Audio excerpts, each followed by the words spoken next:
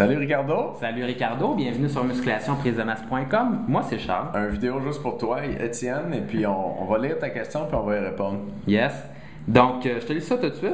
Bon, la question. Il y a 2 mois, j'avais commencé à prendre de la protéine et de la créatine. J'avais compris qu'en plus de prendre des protéines avant et après l'entraînement, comme vous l'aviez conseillé, il fallait les prendre aussi le matin et le soir avant de se coucher. Est-ce que c'est bien de faire ça ou c'est trop? Pour la nuit, je prenais de la caséine et pour avant l'entraînement, je prenais moitié de whey et moitié de caséine. Est-ce que je dois arrêter ça? Je vais répondre à la première partie, c'est ça. OK. Avant, après l'entraînement, matin et soir, est-ce que c'est trop? Bonne question. La façon de savoir si c'est trop, là, c'est est-ce que tu prends trop de poids? OK? Si tu prends trop de poids, c'est parce que tu manges trop de calories, incluant les protéines. Puis là, tu pourras vouloir ralentir un petit peu. Si tu prends juste des shakes de protéines comme ça 4 fois dans ta journée, ça me surprendrait que ça soit suffisant pour te faire prendre trop de poids. OK? Mais la façon de le savoir, c'est de te peser à toutes les semaines. Et puis, si tu prends plus de 1 livre aux 2 semaines, il y a des bonnes chances que le poids que tu prennes, ça inclut pas mal de gras. 1 livre aux 2 semaines, c'est probablement principalement du muscle. Si tu prends plus qu'1 livre aux 2 semaines, donc 0,5 livres par semaine, tu es en train d'engraisser avec ton muscle. Puis ça dépend de tes objectifs, là, mais c'est pas tout le monde qui veut prendre du gras avec le muscle.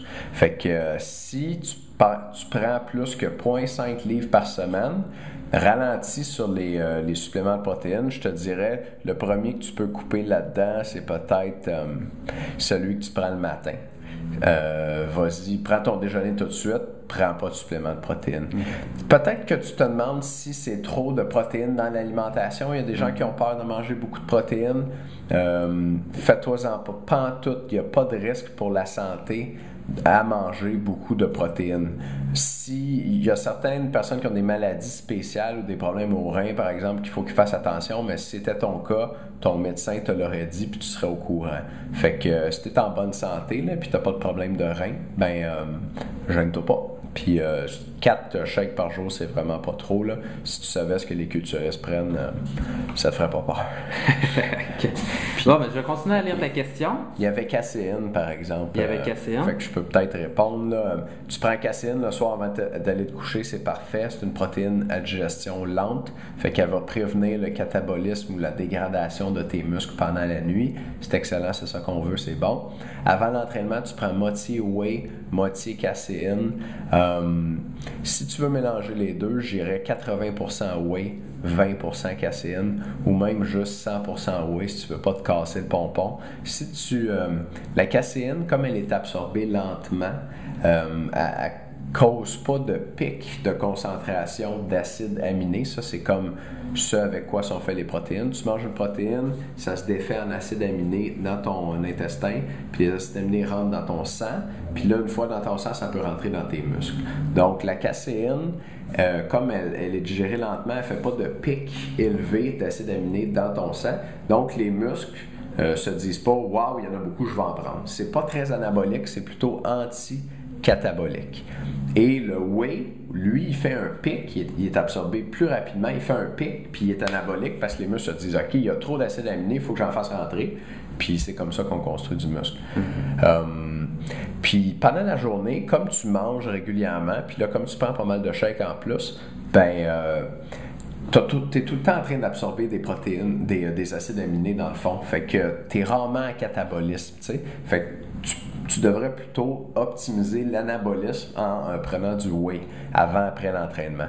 Donc, le plus simple, c'est mets juste du whey. Si tu as envie de mélanger les deux puis que c'est pas trop compliqué pour toi, tu vas avoir des résultats un petit peu meilleurs avec 80% whey, 20% caséine.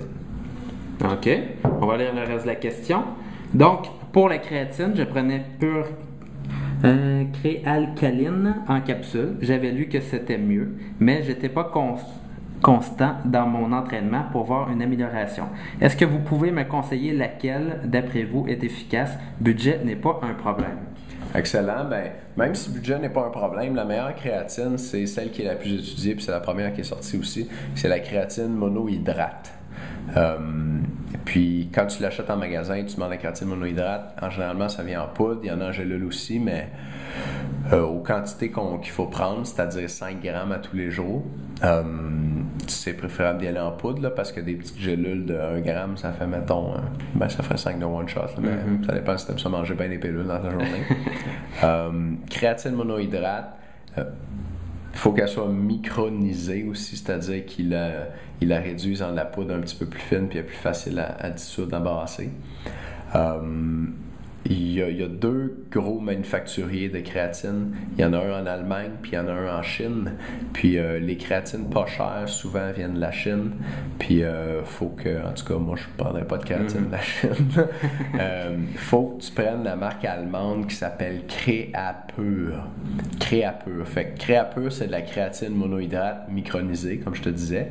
Et il y a plusieurs marques commerciales qui vendent la Créapure. Et puis, ça change souvent les marques commerciales, là, fait que moi, je reste pas au courant de ça, mais quand tu vas au magasin, insiste pour avoir de la créatine Créapure. Puis si tu me dis que le budget n'est pas un problème, tu peux même le dire à ton vendeur, puis il va probablement te suggérer une marque un petit peu plus chère, mais qui a meilleure réputation. Parce que malheureusement, là, dans ce domaine-là, il y a des compagnies qui sont pas très honnêtes, puis qui vont dire qu'ils te vendent de la créatine allemande, puis ils mettent de la chinoise, tu sais, où ils coupent l'allemande avec la chinoise un peu. On est presque dans le trafic de drogue. C'est ça, quasiment. Fait que achète de la créatine Créapure. Puis si tu es capable de payer là un petit peu plus cher, tu vas être certain d'avoir du bon stock. C'est 5 grammes par jour. Ça fait pas une grosse différence à quel moment dans la journée tu le prends.